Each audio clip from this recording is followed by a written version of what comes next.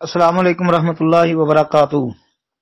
محترم بھائی نے یہ پوسٹ بھیجی ہے جی، نماز جمعہ کے بعد کا وظیفہ۔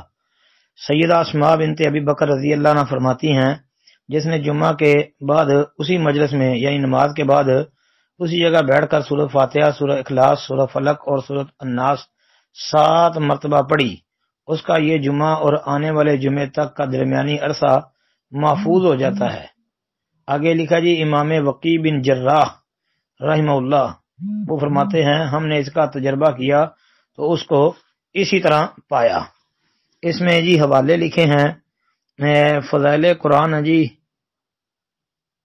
ابن زریس کی، اور فضائل قرآن ہے القاسم بن سلام کی، یہ 2 بڑے امام تھے، ان کی یہ کتابیں ہیں۔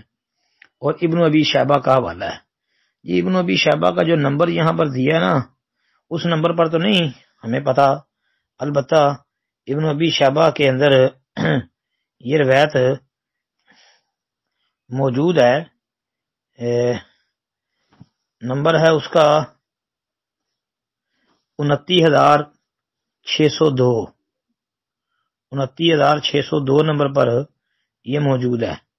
اور ابن زریس کی جو فضائل قرآن ہے اس کا نمبر حدیث کا 290 ہے جی۔ اور اس کے علاوہ یہ روایت امام بہقی رحمۃ اللہ علیہ کی جو کتاب ہے اس کے اندر بھی موجود ہے، 280 نمبر پر، حدیث کا نمبر 280 ہے۔ تو یہ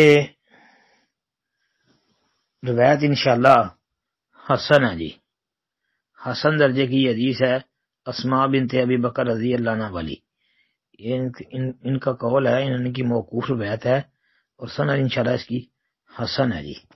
السلام علیکم ورحمۃ اللہ وبرکاتہ۔